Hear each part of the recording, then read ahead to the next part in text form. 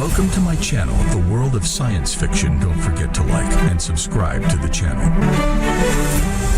The metal groaned like a dying animal. Jack Marlowe's boots slammed against the grated floor of Shadow Station's lower ring as another explosion tore through the bulkhead behind him. The air tasted like burning plastic and ionized metal. Sparks rained from severed power cables overhead, casting jerking shadows across corridors slick with leaked coolant. His lungs burned. The deal had gone sideways, the Vortan syndicate demanding double payment, his buyer refusing, guns drawn before anyone could think. Now he was running. The metal case clutched against his chest weighed maybe 30 kilos, its surface still warm from whatever stasis field kept the contents dormant. He'd grabbed it from the loading bay without looking, muscle memory from years of cargo hauling taking over when his brain checked out. Wrong container. Had to be.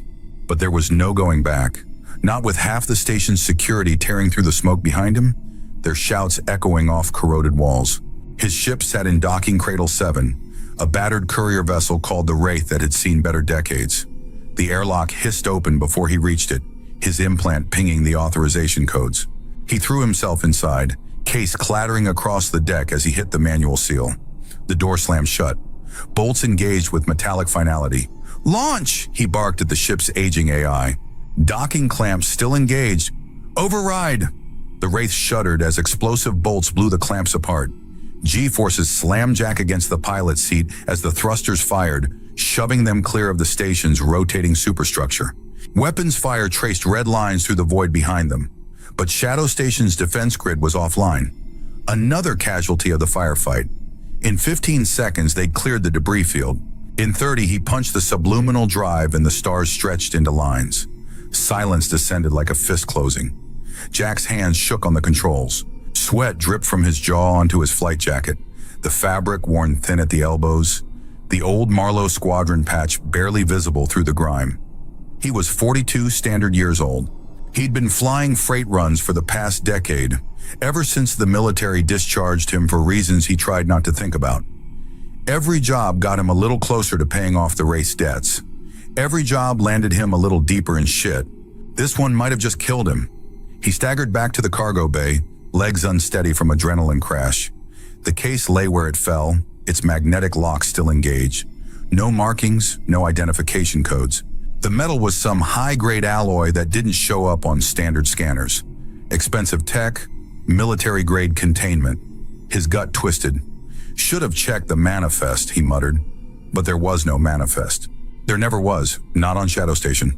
He knelt beside the case and ran his fingers over the lock mechanism. 3 tumbler seals, biometric scanner, and what looked like a remote deactivation port. Whoever owned this didn't want it opened by accident. His hands moved automatically, muscle memory from his service days kicking in. There were ways to bypass military locks if you knew where to apply pressure, which circuits to short out. The scanner beeped. The seals hissed. The lid opened with a pneumatic sigh. Blue light flooded the bay, so bright he had to shield his eyes. When his vision cleared, he saw her. She lay curled inside the case, naked except for the thin metallic collar around her neck and the restraint bands across her wrists and ankles. Her body was folded tight, knees to chest, arms wrapped around herself, a posture of forced compression. Her skin was blue, not painted, not tattooed, but genuinely, naturally blue, with darker patterns running along her shoulders and arms like water stains on stone. Her muscles were carved from something harder than flesh, every line of her body suggesting violent capability. Her face was angular, sharp, beautiful in a way that made his throat tighten. The slave tag on her collar caught the light, throwing alphanumeric characters across the bulkhead. Lot 47K. Her eyes opened. They were gold, pure burning gold, with slit pupils that contracted in the light. She stared at him for 3 full seconds. Then she moved. The restraint around her right wrist snapped like wet paper. The metal band clattered to the deck. She sat up in one fluid motion, broke the ankle restraints with 2 sharp twists, and swung her legs out of the case. Her left hand came up, still bound, and she ripped the final restraint free with her teeth. The whole process took maybe 5 seconds. Jack stumbled backward, hand going for the pistol at his hip. She stood. She was tall, maybe 6'3", and the way she moved made every instinct in his body scream danger. "State your rank, soldier," she said. Her voice was low, controlled, with an accent he couldn't place. "I'm not a soldier anymore." Her gold eyes narrowed. "Then you're already dead." She moved across the cargo bay like water, each step perfectly balanced, weight distributed with predatory grace. Jack kept his pistol trained on her center mass, though some part of him knew it wouldn't matter. The weapon was a standard 9mm slug thrower. It would punch holes in a human torso just fine, but she wasn't human, and those muscles looked dense enough to stop bullets like Kevlar. "Who are you?" he asked. "Kyra." She said it like she expected him to recognize the name. When his expression stayed blank, something flickered across her face. Not anger, disappointment, maybe. "You don't know who you stole." "I didn't steal anyone. I grabbed the wrong case." "The wrong case?" She stopped 10 feet from him, close enough that he could see the raised patterns on her skin shifting slightly, responding to her mood or her breathing. "What was in the right case?" "Weapons. Small arms shipment for the Freebelt Coalition." He kept his voice steady. "The way you did when facing down something dangerous." "Syndicate wanted payment up front. Buyer refused. Things went loud." Kara's jaw tightened. "So you panicked, grabbed whatever looked valuable, and ran. That's the shape of it." She looked at him for a long moment, those gold eyes reading something in his face that made his skin crawl. Then she turned away, walked to the porthole, and stared out at the stars streaming past. Her bare back was a roadmap of scars, thin white lines crossing blue skin, some surgical, some clearly from blades or claws or worse. "They'll come for you," she said quietly. "The Vortans don't forgive mistakes, and they definitely don't forgive theft." "I know. Do you?" She glanced back at him. "They were selling me to Harkon Vex, the Syndicate Lord who runs Shadow Station and 6 others besides. Do you understand what that means?" Jack's stomach dropped. He'd heard of Vex. Everyone had. The man controlled a third of the illegal trade networks in the outer systems, specializing in weapons, narcotics, and flesh. His reputation for cruelty was legendary. People who crossed him didn't die quickly. "I didn't know," Jack said. "That won't matter to him." Kara turned fully to face him again. "He paid for me 3 months ago. Full price. I was being delivered when you stole the container." Her hand touched the collar at her throat, fingers tracing the slave tag. "He'll send hunters. They'll find the ship.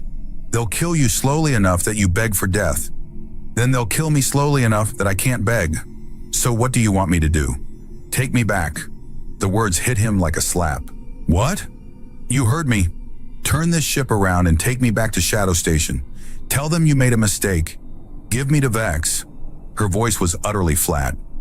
"Maybe he'll let you live if you grovel well enough." Jack stared at her. The cargo bay lights hummed overhead. Somewhere deep in the ship's engines, metal pinged as it cooled. "No," he said. Kara moved. She crossed the distance between them in 2 strides, grabbed his wrist and twisted. The pistol clattered to the deck.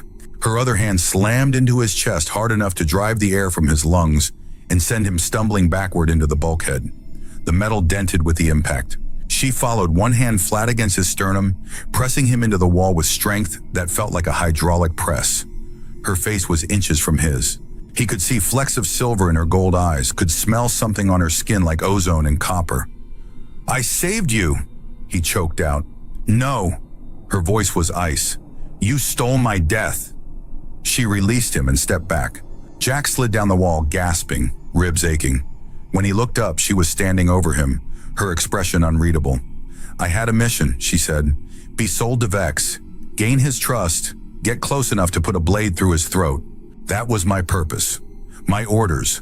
The reason I let them collar me like an animal and ship me in a box like cargo." Her hand touched the collar again. "You took that from me. You grabbed the wrong container and you destroyed everything." "Then go," Jack said, voice raw. "Escape pods are 2 decks down. Take one. I'll broadcast your trajectory to Shadow Station. Vex can pick you up." "Too late." The ship's console beeped. Kara turned toward it, and Jack followed her gaze to the main display screen mounted on the cargo bay wall. The screen flickered, then resolved into an image. A broadcast from Shadow Station's public feeds. A news anchor with 2 white teeth and plastic hair smiled at the camera. "Breaking tonight. A daring theft from Shadow Station has the criminal underworld in an uproar.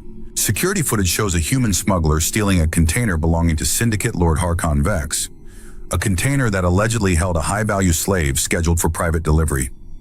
The feed cut to grainy footage of Jack sprinting through the loading bay, the metal case clutched to his chest. Station authorities are offering a reward of 200,000 credits for information leading to the capture of the thief and the return of the stolen property. Alive. The anchor's smile widened. Vex has issued a personal statement promising additional compensation to any hunter who brings him both subjects in, and I quote, functional condition. The feed cut to black. Kara looked at Jack. Her expression was calm, but her eyes burned with something cold and violent. See? She said softly. Too late to return. Now they'll sell both of us. The ship shuddered as they hit turbulence in the ion storm belt. Red emergency lights flashed along the corridor walls, painting everything in shades of blood. Jack gripped a handrail as the Wraith bucked beneath his feet, artificial gravity struggling to compensate. We need to go deeper, Kara said from ahead of him. She moved through the unstable ship like she'd been born in zero-G, each step perfectly timed to the vessel's motion. The slave collar still gleamed at her throat. She tried to remove it, but the thing was hardened titanium alloy with an integrated explosive charge. One wrong move and it would sever her spine. Deeper into the station? Jack called over the groaning metal. That's insane. The hunter ships track energy signatures. Down here, she gestured at the corroded walls, the dripping pipes, the acid rain condensation pooling on every surface. There's too much interference, too much background noise. We disappear. Or we suffocate in some forgotten maintenance bay. Then we suffocate. She glanced back at him, gold eyes reflecting the emergency lights. Better than what Vex's men will do. They'd abandoned the Wraith 2 hours ago, letting the ship's autopilot carry it on a decoy trajectory while they transferred to a stolen shuttle and made for the nearest inhabited structure, an old asteroid. Refinery called Rust Haven, a place where questions weren't asked and cameras didn't work. The place stank of industrial decay and desperation, perfect for hiding or dying. Another explosion echoed through the superstructure, close enough that debris rained from the ceiling. Jack ducked instinctively. Kyra didn't flinch. They're getting closer, she said. How many? 6 hunter teams, maybe 7. Vex sent his best. Her voice held a note of professional respect. They know what they're doing. And we don't? She almost smiled. You're a washed-up freight pilot with a drinking problem and guilt you carry like a funeral shroud. I'm a covert operative who was supposed to die completing her mission. Neither of us planned for this. Comforting. They turned down a side passage, narrower than the main corridor, the walls close enough that Jack's shoulders brushed rusted metal on both sides. The air tasted wrong. Too much nitrogen, not enough oxygen, traces of something acidic that made his sinuses burn. Kyra led them deeper, past abandoned machinery and sealed doors marked with faded warnings in 3 languages. She stopped at a bulkhead door with a manual override lever. Through here. How do you know? I memorized the station layouts during transit. She pulled the lever. Hydraulics groaned. The door opened onto a maintenance bay the size of a small hangar, filled with decommissioned equipment and stacks of corroded metal plates. Emergency lights flickered along the ceiling, casting shadows that moved like living things. They were halfway across the bay when the shots came. The first round punched through a support beam 10 meters to their left. The second shattered a bank of monitors. Jack dove behind a stack of metal crates, pistol already in his hand. Kyra moved in the opposite direction, vanishing into the shadows with inhuman speed. 3 figures emerged from the far entrance. Hunters in tactical armor, weapons raised. Professional, military trained. One barked something into a comm unit. The others spread out, covering angles, working like they'd done this 1,000 times. Jack fired twice. Both rounds sparked off armor plating. The hunters didn't even flinch. Then Kara was among them. She moved like violence incarnate, grabbed the first hunter's rifle, twisted it from his grip, drove the stock into his throat hard enough that Jack heard cartilage crack. The man went down. She spun, used the rifle as a club to deflect incoming fire, closed on the second hunter before he could adjust his aim. Her hand found his helmet, fingers closing around the visor seal. She ripped it free and drove her knee into his face. Blood sprayed. He collapsed. The third hunter got smart and backed off, finger tightening on his trigger. Jack shot him in the gap between chest plate and shoulder guard. The man staggered. Kyra covered the distance in 2 steps and snapped his neck with a sound like breaking wood. Silence. Jack stood slowly, ears ringing. 3 bodies on the floor, blood pooling around them. Kara stood in the center, breathing hard, the stolen rifle held loose in her hands. In the emergency lights, her blue skin looked black. "More coming," she said. "How many more?" "All of them." She met his eyes across the bay. "We need to move." But she didn't move. She swayed, hand going to her side. When she pulled it away, her palm was dark with blood. One of the hunters had gotten a shot off. Jack hadn't even seen it happen. The bullet had punched through the meat of her oblique, just above her hip. Not fatal, not immediately, but bad enough that her legs were starting to shake. "Kyra, I'm fine." She took a step and nearly fell. Jack caught her before she hit the deck, his arms wrapping around her shoulders. She was heavy, her muscles dense as stone, but he held on. Her breath came in short gasps. "Maintenance bay," she said through gritted teeth. 20 meters east. Doors sealed, but you can force it." He half dragged, half carried her across the bay, her weight pulling at his shoulders. His own ribs ached from where she'd slammed him into the bulkhead hours ago. They were both falling apart. Behind them, more shouts echoed through the corridors, hunter teams converging on their position. The maintenance bay door was exactly where she said it would be, rusted shut but not locked. Jack braced his back against it and pushed. Metal screamed. The door gave way. Inside was darkness and the smell of old lubricant. Emergency lighting barely penetrated the space. He got Kara down onto the deck, propped against the wall, and started searching for anything he could use. His hands found a medical kit mounted near the door. Outdated, half empty, but it had bandages and wound sealant. It would have to do. "This is going to hurt," he said. "Everything hurts." Her voice was faint. "Just do it." He cut away the fabric around the wound. The bullet had passed clean through, which was good. No fragments to dig out. But the entry and exit wounds were ragged, blood flowing steady. He flushed both holes with antiseptic, packed them with gauze, then wrapped her entire midsection with the military bandage from his jacket pocket. The same kind he'd carried during the war. The bandage he'd used on men who were already dying. "You shouldn't have risked it," Kara hissed as he pulled the wrap tight. "I'm tired of losing everyone." His hands didn't shake. They never shook when someone needed help. Even strangers. "We're not friends." "Never said we were." He finished the wrap and sat back, breathing hard. Kyra's eyes were closed, her face tight with pain. In the dim light, he could see scars he hadn't noticed before. Dozens of them, layered over each other like geological strata. Someone had hurt her, repeatedly, over a long time. "What did they do to you?" he asked quietly. "Made me useful." She opened her eyes, looked at him. "I was a soldier once, then a prisoner, then a commodity. Now I'm just trying to finish what I started. Killing Vex? Yes. Why? Because he deserves it." She shifted against the wall, wincing. "Because the things he's done, the people he's broken, someone has to make him pay. That was supposed to be me." Jack was quiet for a moment, then he said, "I was a pilot in the war. Orbital bombardment runs. 4th Fleet, Marlowe Squadron." He touched the patch on his jacket, the fabric worn smooth under his fingers. "We hit 17 targets over 6 months. Military installations mostly. Command bunkers, anti-air batteries." He paused. "Some weren't military. Command said they were. Intelligence said enemy combatants were using civilian structures as cover. So we dropped the ordnance, and we didn't ask questions." Kara was staring at him now, her gold eyes unreadable. "What planet?" she asked softly. "Theros 9. The war there lasted 8 years. We were part of the occupation force." He met her gaze. "What's your homeworld?" "Theros 9. The words hung in the air between them like smoke. Jack felt something cold settle in his chest. His throat tightened.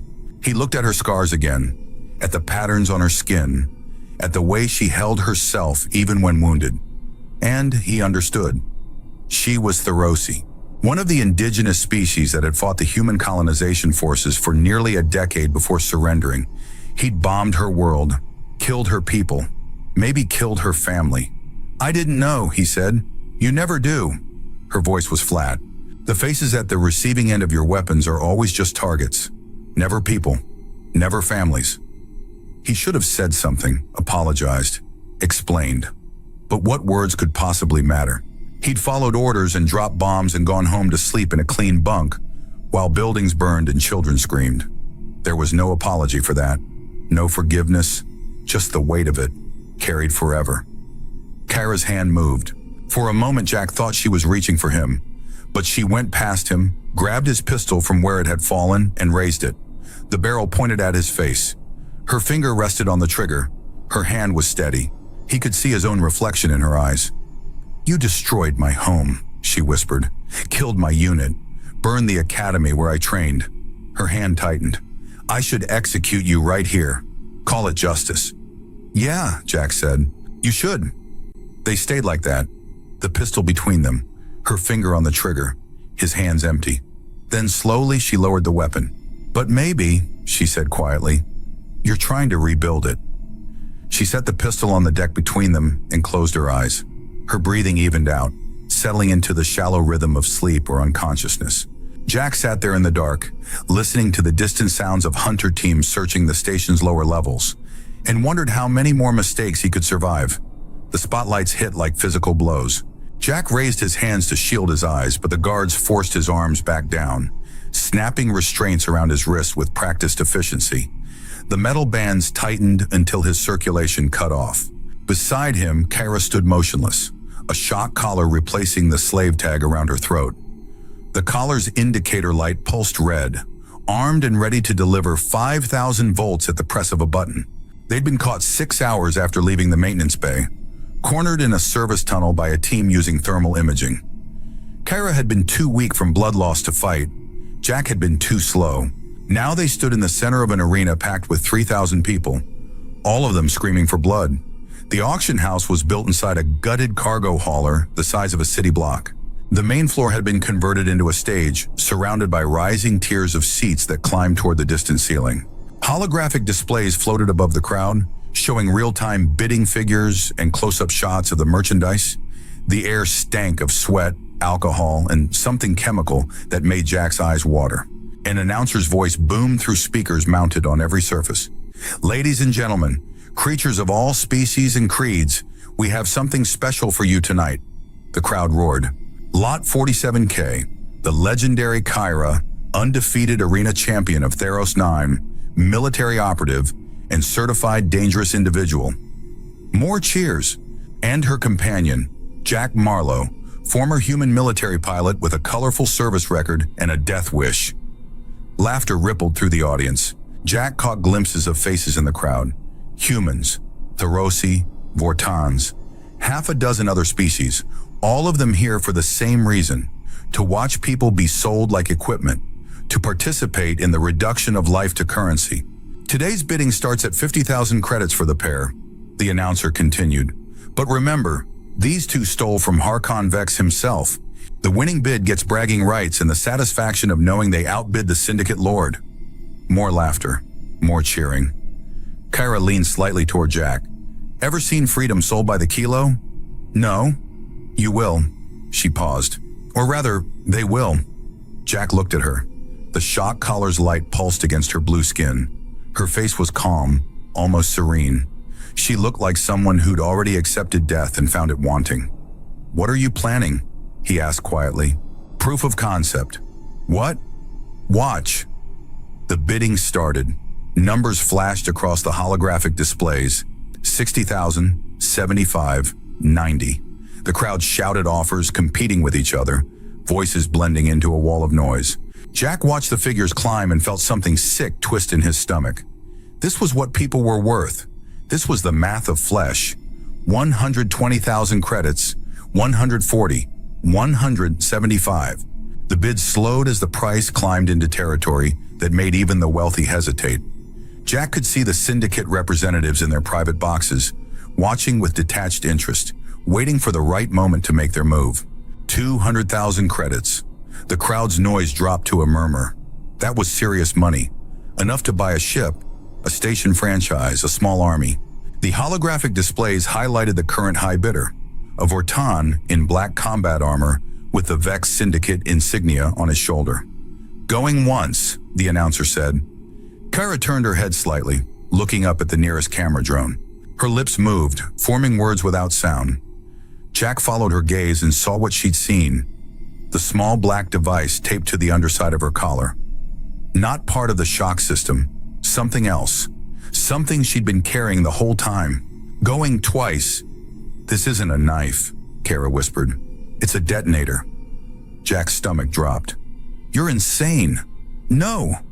She smiled, and it was the most dangerous expression he'd ever seen. "I just took control back. Soul." The explosion hit like the fist of God. White light, concussive force.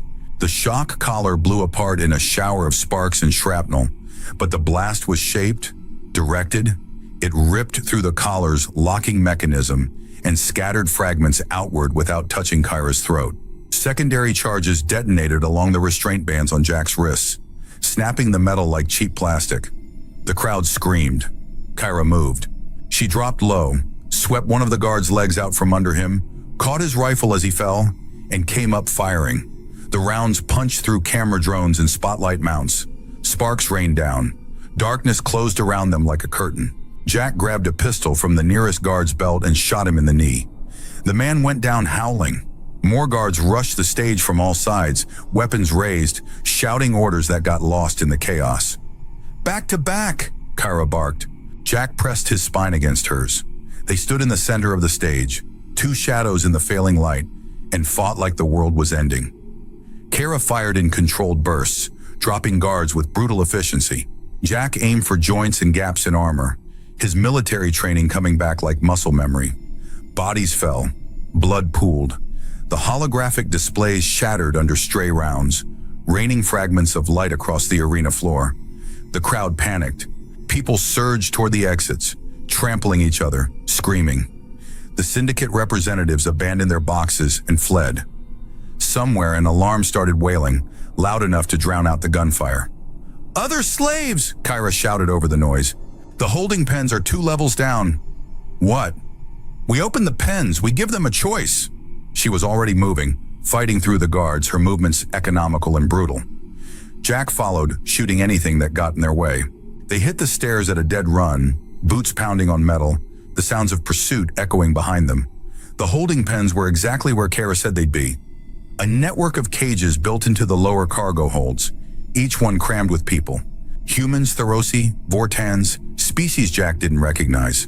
Some were collared, some were chained. All of them stared through the bars with eyes that held no hope. Kara shot the lock off the first cage. The door swung open. The people inside didn't move. "You're free," she said. "Decide what that means." For a long moment, nothing happened. Then a Therosi woman stepped forward, her blue skin covered in scars, her gold eyes burning with something Jack recognized from his own mirror. She picked up a pipe from the floor, tested its weight, looked at Kyra. "Where?" she asked. "Up." Kara pointed toward the stairs. "Find weapons. Find the ones who put you here. Show them the cost." The woman smiled. It was not a kind expression. Others followed. One by one, they stepped out of the cages, picked up anything they could use as a weapon, and started moving. Jack shot more locks. More doors opened. More people emerged. "Time to make them pay their debts," Kara said quietly. "And mine," Jack replied. They led the freed captives back up the stairs, into the arena, into the chaos. The guards tried to establish a perimeter, but there were too many, the crowd too panicked, the situation too far gone. Someone set fire to the auction house's upper levels. Smoke poured through the ventilation systems. The emergency sprinklers engaged, turning everything into a landscape of fire and rain. Jack and Kara fought through it all, moving like they'd trained together for years. When he reloaded, she covered him. When she stumbled, he caught her. They carved a path toward the docking bays, toward the syndicate's private ships, toward the only escape route that mattered. Behind them, the station screamed. The flames reached toward the ceiling like grasping hands. Jack helped Kara through the smoke-filled corridor, her weight heavy against his shoulder. Blood soaked through the bandage on her side, the wound torn open during the fighting. She'd taken 3 more rounds getting them to the docking bay, 1 in the thigh, one grazing her ribs, one that shattered against her shoulder blade and left her arm hanging useless. She should have been dead. She kept moving anyway. "Almost there," he said, though he wasn't sure if she could hear him over the alarms. The docking bay doors stood open, damaged by the explosion that had torn through the security station 10 minutes ago. Inside, rows of ships sat waiting. Sleek courier vessels, armored transports, and in the center, the Syndicate's flagship. A military-grade cruiser called the Void's Edge, black as deep space, bristling with weapons, hard points, and sensor arrays. It was worth more than every ship in the bay combined. "That one," Kara said, voice faint. "That's Vex's personal ship." "I know. Security will be dead or running." She pushed away from him, standing on her own despite the blood, despite the wounds. The captives reached the upper levels. They're burning everything. The Syndicate's command structure is collapsing. This is the only ship that will fly. She was right. Through the smoke, Jack could see bodies near the docking clamps. Guards killed by the freed slaves, their weapons scattered across the deck. The Void's Edge sat unguarded, its boarding ramp down, interior lights active. Waiting. They staggered up the ramp together. Inside, the ship was exactly what Jack expected. Luxury masquerading as military function. Leather seats in the cockpit. Hardwood paneling in the corridors. A command deck built for intimidation rather than efficiency. But the engines were real. The weapon systems were real. This thing could punch through a blockade and fight its way clear. Jack dropped into the pilot's seat and started the startup sequence. His hands moved automatically across the controls, muscle memory taking over. Beside him, Kara collapsed into the co-pilot's chair, her breathing shallow. She'd lost too much blood. Her blue skin had gone pale, almost gray. "Stay with me," he said. "Where else would I go?" The engines spun up. Power flowed through the ship's systems. Outside, the docking bay was filling with smoke. Through the viewport, Jack could see the auction house collapsing, entire sections of the structure giving way under the fire's assault. People ran through the flames, some escaping, some hunting the ones who'd put them in cages. The docking clamps released with a pneumatic hiss. Jack pushed the throttle forward, and the Void's Edge lifted free, thrusters howling. They cleared the bay in seconds, punched through the smoke, and emerged into open space. Behind them, the entire station was burning. Jack plotted a course away from the system, away from any place the Syndicate had influence. The subliminal drive engaged. Stars stretched into lines. In 30 seconds, they'd be clear. In 2 minutes, they'd be untraceable. He looked at Kara. She was staring at her hand, palm up, where she'd placed something small and metallic. The slave tag from her collar, the one that said Lot 47K. The metal was already melting, the heat from her fingers making it run like water. "They thought they bought a champion," Jack said quietly. Kara closed her hand around the molten metal. When she opened it again, there was nothing left but ash. "They got the price of a mistake." She looked at him, her gold eyes still bright despite everything. "Ready to show them what freedom's worth?" Jack didn't answer. He just pushed the throttle to maximum and aimed the ship toward open space. Behind them, the station's superstructure buckled under the fires. Escape pods launched in all directions, carrying the survivors to whatever waited in the dark. The Void's Edge tore through the debris field, engines screaming, leaving everything behind. The last thing Jack saw before the stars swallowed them was the slave tag's ash drifting in the recycled air, scattering like dark snow, dissolving into nothing. They flew in silence for a long time. The ship's medical bay had auto-surgery equipment.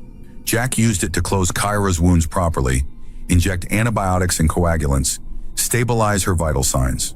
She tolerated the treatment with the same stoic silence she'd shown through everything else. Her jaw tight, her eyes focused on some point beyond the bulkhead. When he finished, she stood slowly and walked to the viewport. Jack followed. Together they stared out at the infinite dark, at the cold pinpricks of distant stars, at the vast empty spaces between everything. "What now?" Jack asked. "Now?" Kara touched the place where her collar had been. The skin was raw, still healing. "Now we show them what it costs to think people are cargo.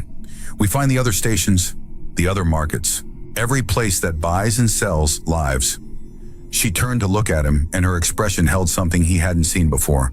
Not hatred, not rage, but purpose distilled into its purest form. "We burn them all."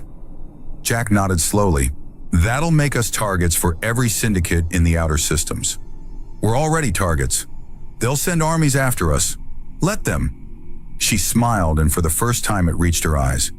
"We have their flagship, their weapons, their codes, and we have something they'll never understand." "What's that?" "Nothing left to lose." The ship's navigation console beeped. Jack checked the readout. 3 vessels on intercept course, closing fast. Hunter ships probably, or syndicate reinforcements coming to avenge Vex's humiliation. He pulled up the weapon systems and felt his breath catch. The Void's Edge carried enough firepower to level a small moon. Missile batteries, railguns, point defense lasers, everything the Syndicate Lord had needed to project power across his empire. "They're hailing us," Kara said from the communication station. "Don't answer." "I wasn't planning to." The hunter ships closed to firing range. Jack's hands moved across the weapons controls, targeting systems locking onto each vessel. His finger hovered over the trigger. One press and he'd be killing again. More blood, more bodies. The cycle that had defined his entire adult life. But these weren't civilians. These were the people who'd been ready to sell him and Kyra to the highest bidder. The people who made their living off human misery. The people who'd put collars on thousands and shipped them like cargo. He pressed the trigger. The railgun spoke with voices like thunder. Electromagnetically accelerated rounds crossed the distance in microseconds and punched through the hunter ship's hulls like they were made of paper. One vessel exploded in a fireball that painted the stars orange. Another spun out of control, atmosphere venting, crew dying. The third tried to run. Jack put 3 missiles into its engines and watched it go dark. Silence settled over the cockpit. 3 more debts paid, Kara said quietly. Jack stared at the debris field spreading across his viewport. Somewhere in that wreckage were people he'd just killed. People who probably had families, histories, reasons for the choices they'd made. But he couldn't think about that now. Couldn't afford to. The moment you started seeing your enemies as human was the moment you hesitated, and hesitation got you killed. He'd learned that lesson on Theros 9. "There's a station," Kara said, pulling up a navigation chart. 3 days from here, called New Prosperity, Syndicate territory, controlled by someone named Kresh Vor. He deals in everything. Weapons, narcotics, people. Her jaw tightened. Lot 47K was supposed to be his inventory before Vex bought me. Thought he could use me for his arena fights. "You want to hit him next?" "I want to burn his operation to the ground and scatter the ashes." She looked at Jack. "You with me?" He should have said no. Should have told her this was insane. That 2 people couldn't take on the entire criminal underworld. That revenge was a poison that killed everyone who touched it. But looking at her, at the scars on her skin, at the raw wound where her collar had been, at the fire in her gold eyes, he couldn't find the words. Maybe he didn't want to find them. "Yeah," he said. "I'm with you." She nodded once, then turned back to the navigation console. Her fingers moved across the controls, plotting courses, marking targets, building a map of destruction. Jack watched her work and wondered when he'd crossed the line from trying to survive to actively choosing war. Maybe it was when he saw her in that container, curled and collared like something to be sold. Maybe it was when he realized he'd bombed her world and killed her people and never once thought about the faces on the receiving end. Maybe it was right now, watching her plan their assault on an empire built on suffering and deciding he wanted to be part of tearing it down. The ship's medical scanner beeped. Kara's vitals were stabilizing, the auto surgery's work holding. She'd live. They'd both live, at least long enough to make the syndicates bleed. 3 days, Kara said. We use that time to plan, study the station's layout, learn Vor's routines, find weaknesses. She pulled up schematics of New Prosperity, a sprawling complex built into a hollowed-out asteroid. He keeps his merchandise in the lower levels, hundreds of them, maybe thousands. We can't save them all. No, her voice was flat, but we can give them the choice I never got. Open the doors and let them decide. Jack studied the schematics. New Prosperity was 3 times the size of Shadow Station, with better defenses and a standing security force of over 500. The odds were impossible. They'd be walking into a death trap with no backup and no exit strategy. All right, he said. Let's do it. Kara looked at him for a long moment, then she held out her hand. Jack took it. Her grip was strong, her palm rough with calluses. They shook once, sealing the deal. A partnership forged in blood and fire, and the ashes of their past. One more thing, Kara said. She reached into a storage compartment near the co-pilot's seat and pulled out a datapad. Her fingers moved across the screen, accessing files buried deep in the Void's Edge's systems. Vex kept records, ledgers, transaction histories, every sale, every purchase, every deal he made in the last 20 years. She held up the datapad so Jack could see. Names, locations, people who bought from him, people who sold to him. Jack felt his throat tighten. The list went on for pages. Thousands of entries, each one representing a life reduced to currency, a person transformed into merchandise. "We make them pay," Kara said softly. "Every single one. That'll take years. Then we have work to do."